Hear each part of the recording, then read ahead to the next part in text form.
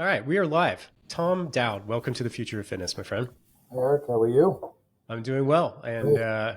I appreciate you making the time on this late summer Thursday. It's great to have you, and I've been a fan of F45 for quite some time. I think since 2018, 2019, when I got to do a little bit of side work for you guys as a company, and been following it ever since. And obviously, Great. you taking over. Gosh, it was March, so Q1 this year, and we're now in Q3. There's a lot going on in your world. I think you got a lot to say and talk about. Yeah, well, thanks for having me. And, I've been an investor for about 4.5 years with Mark Wahlberg and I. We first took the meeting in the back room of the Ellen show, believe it or not. And Mark was filming. And, of course, did my diligence as I always do before the meeting. And, I loved the concept so much doing my due diligence. And then the meeting, I was very excited. And I actually went out and waited for Mark to come and told him I want to have the meeting all over again with him hearing it firsthand, which, kind of wanted to just get going. But we had the meeting and we both jumped in the car and said, we just love this culture. We love the workout, we love to be involved. And, about 2 to 3 weeks later, we pretty much gotten the deal. We put 110 million in with our group. Hmm. And the F45 team at the time took a $200 million haircut from another group to work with us. And yeah, it's been a bumpy road. Obviously, COVID threw a monkey wrench into everything. We're also invested in the restaurant business, so that didn't feel great being in the restaurant business and gym business during COVID. But we've come out of it, and we're just loving the trajectory that we're on now with the gym business with F45. And listen, we invested and we partnered, and I met with the folks who have been putting money in as well, Kennedy Lewis, down in Florida, right in the beginning of March, end of February, I believe. And they convinced me that, stay with this and help work through the unprofessional management, I guess is the best way to phrase it. And I had no intention of being on the front lines, but after meeting with the folks there and the chairman of the board, I was convinced that these folks were dead serious about fixing it and staying committed to it. So I was just in it, as Mark's business guy, Wahlberg's business guy, to just help protect our investment and do what we can through my Rolodex and get people, the right people in the door. So we worked through some CEO candidates for CEO, and when the last one pivoted out to something different at the last minute, um, I kind of got caught flat-footed and ended up saying yes. Um, I certainly wasn't looking to do it, but actually, for me, part of it was redemption. Save face with the investor group. Actually, me getting right into it, and going, taking over as CEO, was part ego, because I knew that this was all self-inflicted wounds. I knew that professional management and getting the right people, or getting the people that are here focused and with good sound leadership, ethical leadership, that this company could get back, and very profitable and cranking along. So, so that's how I ended up saying yes. 9 no's and 1 yes got me here. But at the end of the day, something in the back of my head, fantasize about taking over when I was frustrated for 4 years with seeing what was going on. So that's what I, you know, said I would do it. And, I had some regret the first week because, thrown into the fire and seeing all the problems that we had. But at the end of the day, everything is very fixable. And that's what I preach to the team. That's what you get paid to do, is fix problems. So my 25 years at GNC was sitting in an office and people rotating in all day with their problems. So, everything can be fixed. And, the good thing is we're in a high growth category with an amazing concept. And really, we have some amazing people that have, stuck around with us, and they're very committed. Their energy levels are through the roof, and we have a clear vision. So it's a great place to be. So we love the health and wellness space. We've been in it with the sports nutrition business with performance inspired nutrition. Mark and I started that company. So, we've stayed close to it, obviously, coming out of GNC for 25 years. As the number two guy there, I ran all stores, operations, new product development, you name it, pretty much reported to me, except for like legal and transportation. So I, really cut my teeth, and stayed close to the industry. So this space was, very organic to me stepping in. Yeah, yeah, it's interesting, and you answered a lot of questions I have. So there's going to be stuff I definitely want to circle back on the, your background specifically. I mean, 25 years at GNC, right? I mean, you held maybe expand on that a little bit. That's a lot of time spent in a company. Sure, there's a lot of roles. What was what was your trajectory like? Where did you start, and where did you end Yeah. up? Yeah, I started as a district manager with about 63 locations. I was hired. I'm from upstate New York, Orange County, and they hired me for New York market. And then all of a sudden they said, "Oh, listen, we need to send you to Pennsylvania." The CEO dropped into his old market, and the stores were a disaster. So we're sending you there. I said, "Whoa, I'm not going there. I wasn't hired for there." And they said, "Well, we don't know if we can keep you on if you don't take this position." So guess what? I ended up in Pennsylvania. So I moved down to Reading, Pennsylvania area. And, it's much different. I grew up in the supermarket business. My father owned supermarkets. When there's a problem in the supermarket, you go down the stairs, or you walk across a couple aisles and you can go fix it.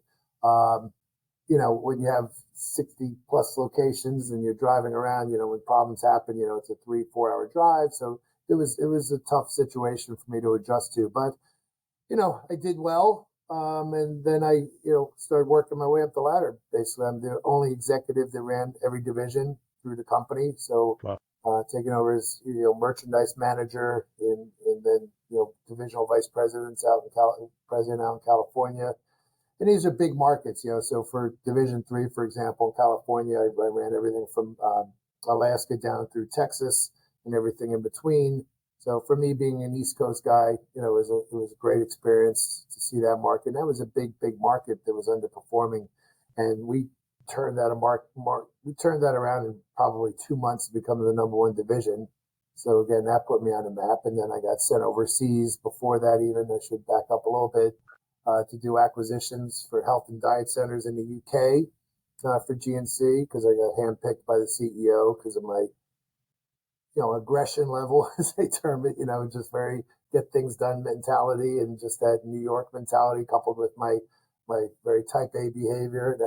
So, I went over there and spent literally almost 2 months over there, and went back after that to help supervise that. So that was a big success for us. And then I started being used for more, projects like that. And so that helped, put me on the path. And then I was actually going to leave, and the president of the company came and told me that I would be an idiot to leave, stick around. And that was for Godiva Chocolate Company. So I'd probably be 400 pounds if I took that job. So I'm glad I didn't. So stuck around at GNC and, survived 3 leverage buyouts, which is tough. Most people can't say they survived one. Wow. These companies buy you and spend a lot of money and tell you, listen, we're buying you. And then they pretty much start to try and figure out how to get rid of you, and try and replace you with their people sometimes, so, just surviving that. And of course, the expectations are high. So you have to deliver. So, every leverage buyout is a boot camp. We were owned by a Dutch company, which is very similar. They thought they could just do everything they do there, Royal Numico, and do it, at GNC, and that didn't work out well. But, that was a real pressure test as well. So survived that. And then I left for 2 years when the Dutch company owned us, and I got recruited back to come back to sell the company, because everything was a mess, as I predicted, reason I left. And I was actually manufacturing supplements for websites. So back end website stuff, diet pills, herbal Viagras, you name it. I was making it, and it was a great business. Living on a lake, loving life, working in shorts every day. But again, very similar situation. I got a call from the CEO and his president, and I called back in the day when they actually had answering machines. They left a message. My wife said, "Go I use the remember answering those. machine." So I listened to it, called them back, and they just happened to be in the office, and they kind of tag team me and said, you need to get back. We'll make it worth your while. The Dutch are trying to dump us. The field's a mess. Nobody knows what's going on. And, you're the only guy that could do it. Flattered, but still had no intention of doing it. And then at the last minute, something made me say yes, and I hung. And just like good salesmen should do, they hung up on me pretty fast when I said yes. And that was a Thursday. And Sunday I was on a plane, and Monday I was back at GNC. My wife cried when I told her. I thought I was insane, but that's really was one of my best moves ever because that made me a rich guy because we survived and turned it around and had a great run from there. So, it was one of my more challenging decisions, and it's very similar to this decision. Wasn't looking for a job, or didn't want to get on the front lines, and I did. But I know that this has as much, if not more, potential. So that part of my brain again said, "Say yes," and I did. So here we are. Yeah, I pull two things away from that. Well, many things, but two of note. Number one is you're battle tested, right? You've been you've been in the I have the field for a battle bit. scars to prove it. Yeah, Yeah, maybe and that they help. you I don't know. yeah, and you seem to gravitate towards a challenge, right? Um, Something innately in you seems to draw you to that. Yeah, my wife says I'm not happy unless I'm unhappy and fighting and trying to prove something. So I don't know where that comes from, but I guess working for my father, who's a tough, I mean, literally just would push me harder than anybody. Instilled that in me, and working for a family business. So yeah, something always out there driving me, and I'm always, even like working with Mark Wahlberg and being his business guy, CEO for everything outside TVs and movies and all the deals we get into. I always like to keep going. I just can't be still, and golf, and just that's I'm just a business guy. I love business. I'm not a sports guy. I play golf, but I don't follow sports really. It's all business for me, and it's my hobby. So doing it and getting paid for it and making money on my investments is really plays in beautifully to just the way I'm built. And I'm built to be a retailer, wholesaler, sales guy just for my upbringing. Love it. Love it. I want to, I mean, a lot of this, I really, for our conversation today, Tom, I want to focus on the future of F45, what the vision Sure. is, where you see it going forward. I mean, my involvement, I think if you look at it from the outside, it's a lot of innovation, right? F45 has been known for innovation. Um, and before we get into that, I kind of have to get like, before you stepped in, what exactly in your mind, what do you think happened, right, with F45? How did things get a little sideways? And then, what can we learn from that as an industry? Yeah, well, listen, it's not that complicated. It's not a hard business, quite frankly. It's a franchise model, which like at GNC, we had a split model, which is much more difficult. We had a big third party partner with Rite Aid. We had a store within a store, so we had a lot of moving parts. You have 8,000 SKUs, all dated. Regulatory issues. I think at that time we're in about 65 countries, so every country has its own regulatory issues. You have corporate employees. I think we had 22,000 corporate employees at one point. We actually owned our trucking business. So a lot of moving parts. This Mm, business, quite frankly, is not that complicated. There's not a lot of layers.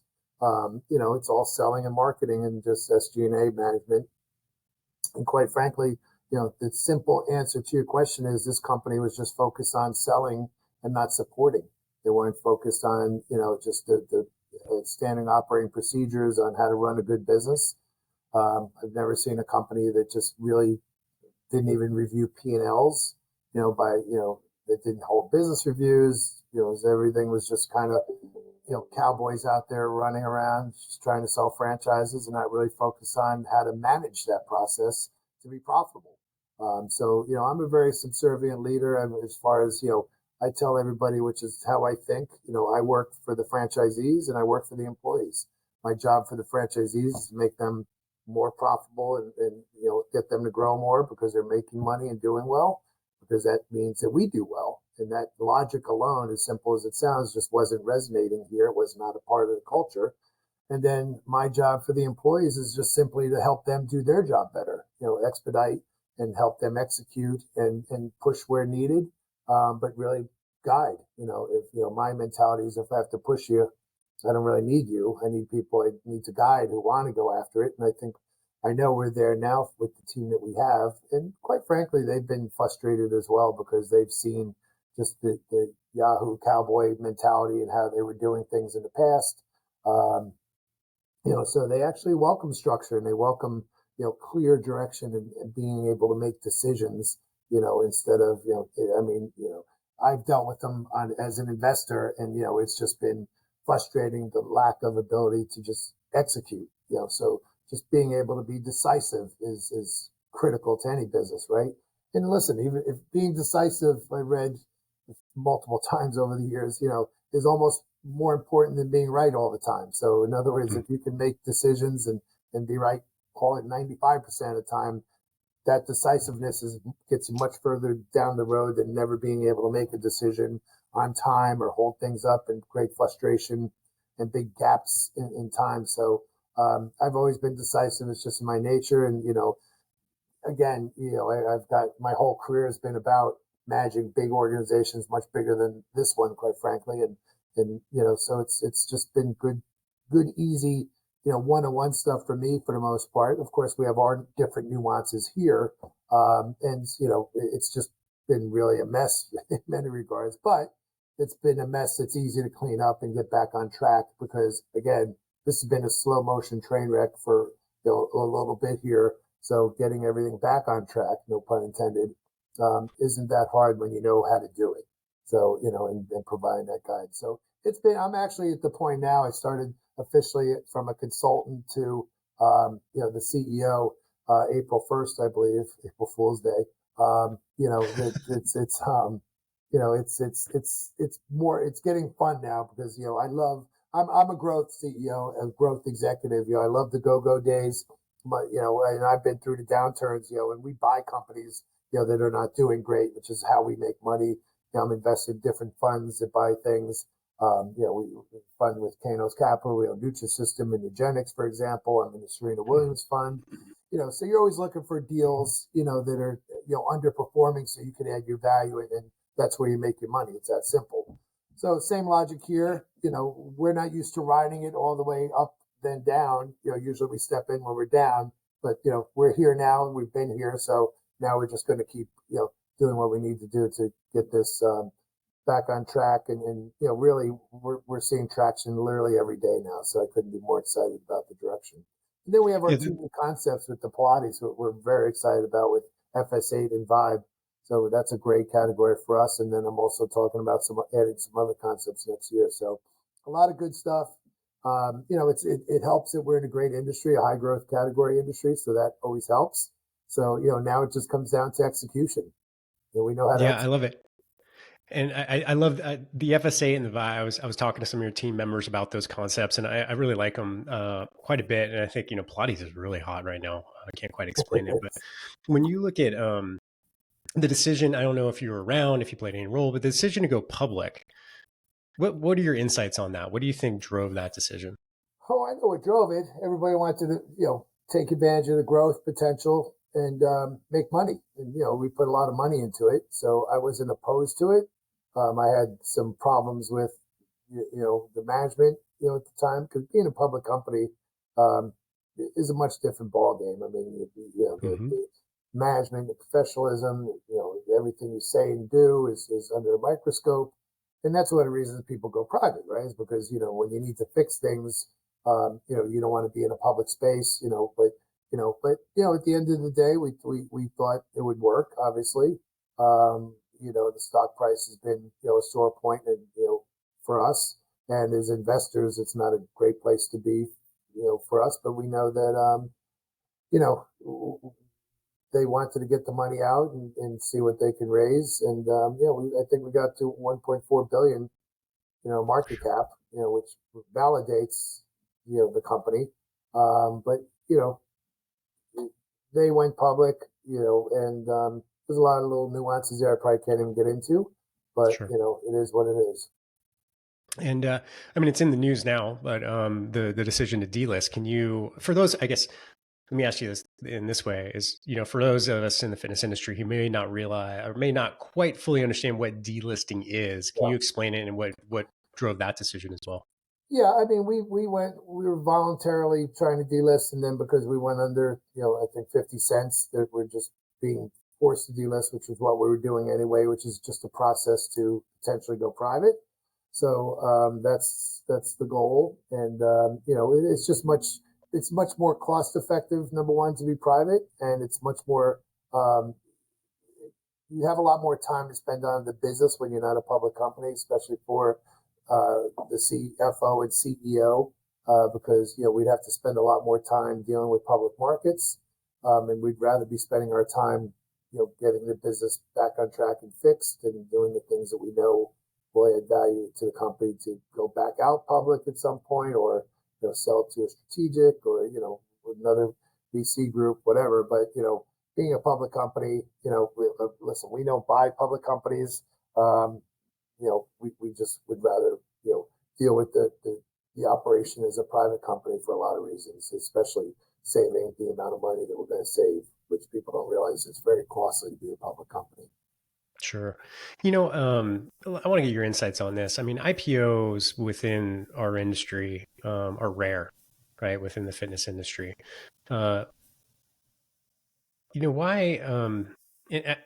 Why do you think that is? Like, is it because the industry is young? Because we just maybe don't have companies that are ready for it yet, or leadership that's ready for it yet? Like, what do you think it is? If I was to guess, I mean, I'm not an expert, but being a public company is a pain in the ass. So I mean, Right. being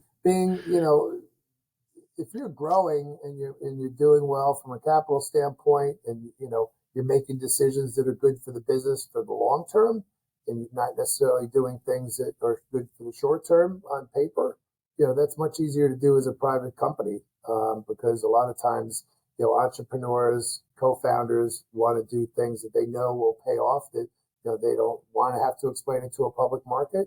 And it's just you could move a lot faster, be a lot more nimble, being a private company, and you don't have all the the investor issues that you have being a public company. So that's probably the reason. And again, it's a high growth market, so a lot of times you're putting money in places that may not instantly pay off, but it's going to pay off down the road, so you do it.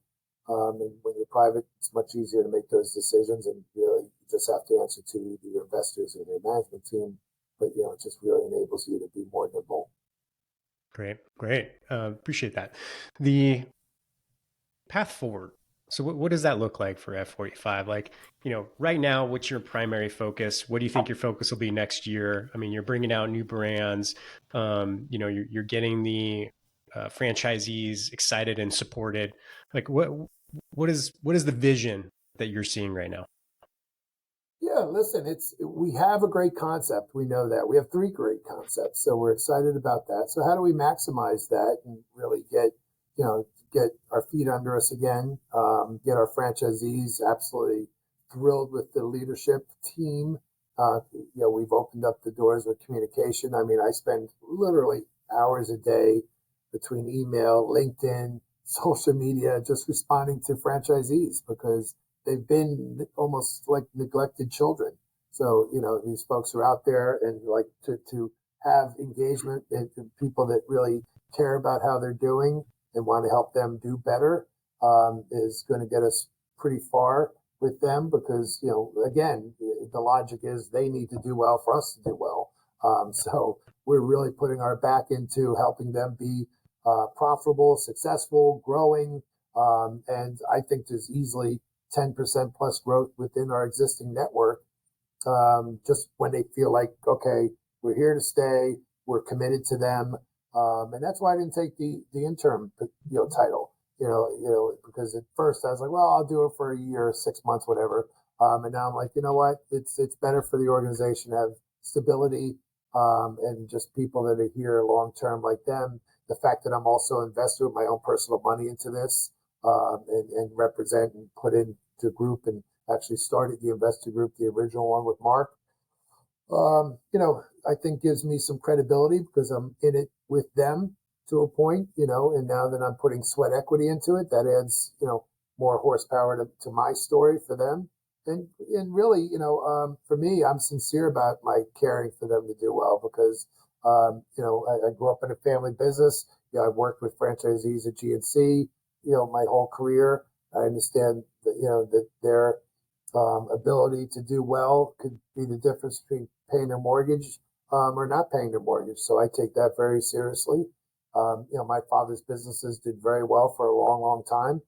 And then they didn't when competition moved in, so I've seen that firsthand, and I understand, the pain of that and how it changed my life trajectory. I thought I'd be the king of New York supermarkets by now. So, listen, everything happens for a reason. I was supposed to be a state trooper. That didn't work out. I was brokenhearted. But listen, I've done okay. So everything happens for a reason. I believe in fate. Me and the guys from Kennedy Lewis on a trip with Wahlberg he was filming in Atlanta down to Palm Beach. If I didn't go on that trip, I wouldn't be here today. But I've always believed in fate, and I think, you get put on a course. I'm really happy I'm here now.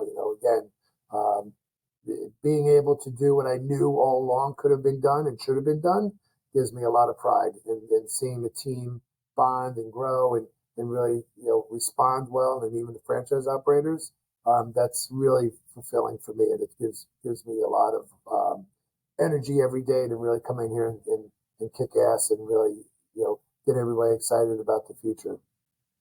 Where do you think your franchisees need the most help? I mean, there's real estate can be challenging, right? The staffing and finding talent acquisition can be challenging. There's a lot of challenges out there. I mean, you're right. It's not a complicated business. It's really not, right? Especially with the models that you guys have. It's like it's group class model. It's low staff for the most part. Yeah. The footprints aren't that big. So where do you think they need the most help, and what are you guys focusing on first? Yeah, I think, probably in my mind, guerrilla marketing and marketing in general. I think you see we have some great examples of operators who are, owner operators, like they're in their studios, they have multiple studios, but they're engaged in each one of them, or single unit operators, but they're on top of their business. We see some great examples of franchisees that really know how to market their studio and engage with their members, and also hire great trainers and make sure that they have the best talent. And then, like any business, in corporate or franchise, you have operators who just aren't on top of their business as much, and don't have it figured out from a marketing standpoint. Don't put the effort into it, and don't test things, and they're not involved in their community. So I think bringing the lower and middle buckets up in communicating and sharing and training and motivating them to do the things that we know are best practices and that actually work, and showing them, here's examples of what works and here's what's doing it. And then from a corporate responsibility standpoint, really cleaning up our marketing messaging. I know that we've made, a world of difference in marketing in a short period of time. Really proud of the team, creating great content. We're becoming more engaging with our members. We're collecting email addresses. We're providing, newsletters, and we're taking a position of being the authority in health and wellness. Starting with the gym experience, and then how do we create more of a sticky environment, and how do we help our franchisees have more content that we're providing to help showcase what an amazing, workout, F45 is, and the community, how amazing the community is. One of the first things I fell in love with, I thought it was just incredible that people take photos in front of our signs like they do at Disney, right? Or an Apple. So I just, it's when you have that kind of commitment and community, how do we build that and really take advantage of it, quite frankly, to build more people into the system and get the word out. And then again, doing the things like staying in stock on apparel, the simple things we're going to fix and create more revenue streams for our franchisees with the sports nutrition products, apparel, other deals that we're working on. We need to create more revenue streams for them, which will be an easy organic move for us. And you look at other competitors and bringing my retail experience to the party, we're going to give them a lot more opportunity to do well. And then we're going to have to do more things that are just basic stuff, like stepping in early on and making sure that we have a real estate strategy which we've locked in already, which we're not oversaturating, and we're not being just greedy and saying sell, sell, sell. Now, because my mentality and marching orders to the team is two things. Number one, I'm okay to shrink to grow. So, if we need to lose unproductive, problematic locations to add more value to the existing, locations, I'm fine with that. And then moving forward, we have more parameters around properly opening studios, both from training the setup to ensure that we have the demo profiles locked in, and the amount of population around each studio. So we're going to be very tactical and smart about growth and how we move forward. We're not just going to sell and forget. And then the other thing we need to do is spend a lot more time. We're going to hire about call it 10 new on-screen trainers and out in the field trainers. So they're going to be a lot more feet in the studios, looking at what's going on, working with the studios, spending more time with the trainers. Because really the trainers are the backbone of the organization, right? So those trainers have to be good. And when you have great trainers, it makes a world of difference. The members, respond, and the workouts are better. And, they're just not, there to yell out, yeah, you have 5 seconds left. You're actually tweaking and helping, supporting, and high energy. And that's really where the magic is for us. So we're going to really put our back into how do we create more field support people, and how do we create them? We're just hiring them and sending them out and really going after that whole training element of the business. And then we have sign kits, and we're doing more things to take advantage of our branding, because F45 is very well known in Australia and New Zealand, for example, but still here in the US, we have some brand identity issues that we have to keep building on. And part of that is the marketing, and part of that is our signage and window signs and things like that we're rolling out now. We don't even take advantage enough, like in our studios, to showcase Mark Wahlberg. We'd have to pay a lot of money to have Mark, in our windows, and he's a big investor and believer and loves the brand. So, we're going to get some signs up, and we're actually going to tell people who we are in our sign kit as well. So when you see our studio, and maybe we're not open for a class, you'll be able to at least see something that tells you who we are. Because unfortunately, one of my first arguments with old management was F45 by itself doesn't mean a lot to most people. So, I want to, always include training and start telling our story, every opportunity we have. Yeah, I love it. And let's get into the product innovation. I mean, we've talked about it a couple times here, but FS8 Vibe, am I saying that right? Vibe? Yep. We're working on the name for the U.S. because we can't use it here, Vibe, but that's what's in Australia now and New Zealand. But we're getting close to a good name. It's tough to find a name that's not used, that's meaningful. So we're getting close, though. But for now, it's a good working name. And what's different about those concepts for those that don't know? Yeah, than the traditional F45. Yeah, so it's Pilates based. So Vibe is a high energy. Think of it as like a spin class. Neon lights, mirrors on the ceiling, around, great music, high energy. Go go go, amazing workout. It's just the concept's killing it.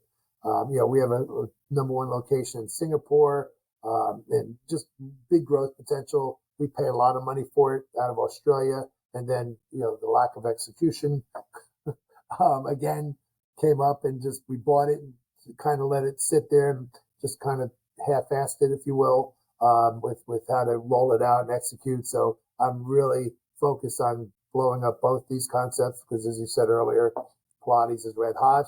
We have 2 great concepts, and FS8 is extraordinary workout. It's Pilates, it's toning, it's yoga, all combined. So it's just fantastic workout. We just tweaked the workout again. Internally, we're calling it 2.0, and we're working on keeping everybody in one station on their reformer and a mat next to them, rather than coming off the reformer and going back to the class. So, and we've tweaked the workout and tested it. It's through the roof as far as how everybody's responding to it. So we have 2 very unique, different workouts in the same category of the Pilates concept. But, think of Vibe as more like Miami, New York, high-end energy, really trendy, hot brands. And FS8 could fit in there as well, obviously, but also, in Kansas City, you could put FS8, in Pittsburgh, very easily, and/or you could have both concepts in the same cities because it's a different experience. So I believe in 3 to 5 years, we could have more FS8s and Vibes than F45 in total. At least they're all three of them are going to grow, but I'm very excited about it. And I just, people love the workout. So that's amazing to have that gold mine that we're sitting on that now we just have to, start getting them out there. And already we're going to open up a Vibe, which will be under a different name in New York and Manhattan. So I'm very excited about that because that's the Oh, perfect, cool. venue for us to showcase this amazing concept. And that'll be kind of where we take people through and, because we're in almost 70 countries, that's, New York is very visible, obviously. So that would be like our showcase to that in Singapore to show people how amazing Vibe is. And FS8, we have about, 43 locations now. We're turning that around, and we already have a waiting list of people want to open up those locations. So pretty excited about both of them. And then the big vision is to have two concepts together with the retail store in the middle. So think of F45 on one side and a FS8 or Vibe on the other side. You walk in, that way there's always activity going. It's always people there, and then we have deals if you belong to both, like we're going to do in our HQ. Studios, you'll have a pass to do both, at a different rate. So you want to do Pilates one day, great. You want to do, F45, it's right next door. So that's going to give us better efficiencies with our real estate. It gives us better marketing horsepower, and really creates more of a hub that's going to be very exciting. Right on. For your traditional F45s, Tom, where globally, like where are you seeing the most traction? I don't necessarily mean in like you can touch on like unit sales, but like the health of the franchises, like where is it being done the best? Yeah, listen, Australia is an older market, more mature, which has its own little, nuances that you have to deal with, but that doesn't mean you still can't grow and do very well there. So we're just kind of spent some high energy setting a team down there, right? Kind of like in February, March, for about 4 months. We had a group of people down there. We spent a lot of money on marketing down there. So, the whole APAC market, we need to continue to focus on and grow. So we're, it's kind of amazing. It's an Australian based company and everybody just moved here and kind of, turned their back on Australia a bit. So, that's what we're countering, just blew my mind. Didn't make any sense, obviously, to do that. But, again, we're fixing it. We're committed to the whole company. We're committed to supporting each country. If we're going to go into a country, we have to have the support elements built around it, from translating to just having people that could go visit the markets. You need to inspect what you expect. So we need to have that mentality. But, the growth, the greenfield opportunities, clearly, in Asia, we see huge growth opportunities, places like even Switzerland. When you look at the statistics of gym membership, believe it or not, Switzerland's number 2, I believe. It's right up there in the top 3 at least. So, we have a lot of opportunity in other, in every country, especially now we have 3 great concepts. But again, North America is a big greenfield opportunity for us just because of the population and the lack of density that we have for our studios. And even in the, the markets where we're pretty dense with F45, now we have our Pilates concepts that we can roll in. And a lot of the operators will now have another opportunity for revenue stream with those concepts, And unfortunately now with what happened with COVID, construction costs are still high, but they're coming down. So we're helping them manage that. And then we're scrubbing everything with our RFPs for everything we touch that provide to the franchise group to get them better costs on everything.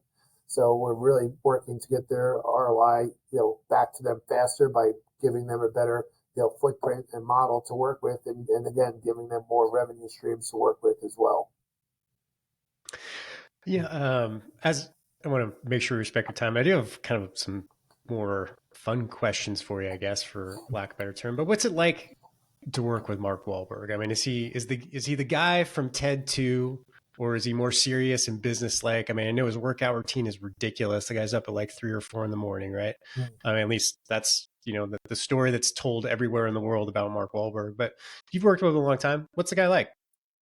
Yeah, listen, I wouldn't be working with him probably 13 years. And, when I left GNC, he pushed me to leave to kind of work with him and could vet all his business stuff and, investments and things like that. And, I've been working with venture capital and private equity groups, and Mark's, very serious dude, man. He everything he just is so hardworking and so committed to everything. It's a new level. He's busy all the time. He's never rests. His workout commitment's been, obviously famous in his schedule when he's working on movies. He is, he's his commitment to, like, when he's, says he's going to do something, he walks through walls and people to get it done. And that's my mentality. So it was a great fit for us to be very, strong-willed and motivated, and just, don't take no for an answer and make it happen. So it's been great. We started Performance Inspired Nutrition together. That was our first project, and it took off. It started off as maybe almost, I don't want to say a hobby, but it started off as something to give back to charity, and just sort of very organic, so we can control the quality of the supplements, and for him and all of our professional athlete partners and things like that. But Draymond Green's a partner, for example, and Bryson DeChambeau was a partner. But we wanted something that we knew was natural and efficacious. So, but his standards are high. He's I've been grew up in the business, as but he tastes everything, and he demands to try everything. We have to, I probably have $10,000 in FedEx bills, just FedExing everything to him to try. We're coming out with new products all the time. But he's very serious, but he's also a great guy. I mean, he's just like most people. He's serious when he has to be serious, and he's dead serious when he's serious, and he's also fun guy. He's just very genuine, and he's a good friend, and he's a good business partner, because he really is a guy you can trust, and he's a guy that he says he's going to do something with you, it's done. Yeah, I love it. What's something that you brought up earlier too, and I've heard it from people that work with you, is the concept of servant leadership is really important to you. What exactly does that mean to you, and how does that actually play out on a day to day? Yeah, I mean, it's just my mentality of, I understand my role in the world is just to not, I don't have an ego. Like, I've had a great career, I've done very well, and I always feel very, humbled by it. I think, listen, I know I bust my ass. I know I work harder than most people. My whole world is, I'm always engaged. Like, I'm on social media. I'm commenting on things. My relaxing time at home is with my iPad, reading emails and responding to social media and things like that. It's my iPad, my phone, and my remote next to me at all times. And my iPad's never off my lap, as my wife always says. But that's what I like to do. I mean, I do other stuff, obviously, but I'm talking about just generally any night I'm home. So my subservient behavior is based on the simple thought that I feel lucky to have the opportunities I have and meet the people I meet and work with. And I think that translates over to people, that they understand that, listen, I'm pretty jaded too. Like, I've met a lot of great people, partners, and amazing people like Mark. For me, it's all about the person. It's all about the opportunity. If the person is a quality person, I could care less. If the business isn't right for us, we say no. But when the business is right for us, like, we're all in. There's just no gray area. Like, it's all in or not, and we'll die trying. And I tell the team, like, F45 is easy. We're not going to fail. We don't fail. And it's not that we're not trying to fix Blockbuster. This is why we're here. This is why we put real money into it. This is, that we can do better than the competition. We can get anything fixed, and we can get, everything done that we want to get done. It just takes, the right people and the right strategy, in which we have. So it's done all the time. That's how people make money, is just sticking through the bad times. Listen, it's easy to be a great captain when the seas are calm. It's when things are tough and you're transitioning and working through. Those are the people that, when the seas are calm again, those are the people that enjoy the benefits of, riding it out and putting their commitment to what they believe in. Because it's easy to jump ship. Listen, I'd be working in a cube somewhere if I didn't do the things that I knew were tough to do, and suck it up. And like I mentioned, venture capital buys a company, and you're put through boot camp every single time. A lot of people left, and guess what? I'm only one of two executives that survived, the leverage buyouts at the end of the day, myself and the CEO. And we made a lot of money because, we stuck it out and we did what it took to win, and we provided a lot of value. And that's what I always stress to everybody. Hanging on is one thing, but you have to hang on and add value. Otherwise, you're not going to survive. You have to think about, how do I constantly add value? And that's the way I think. So I'm subservient because my people need to do well for me to do well. The franchisees need to do well for me to do well, and for the company to do well. So it's that simple.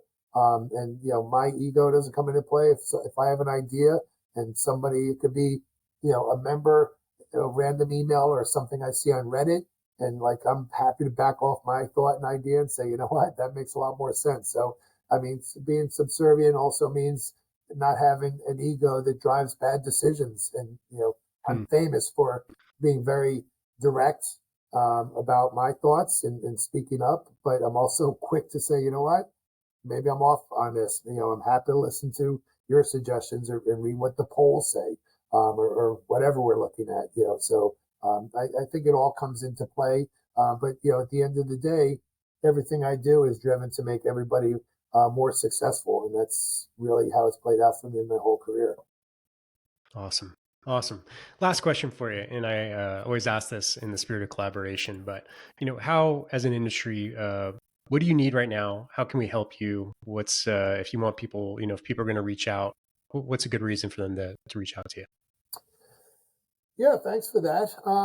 Listen, we're looking to open up a lot more studios. We have a lot of growth potential. We're looking for people that it can also come in and help us with our trainer initiative now to add more field ops people. So if anybody's out there looking to come in with really what's I consider a very lucky opportunity to get in as we for this.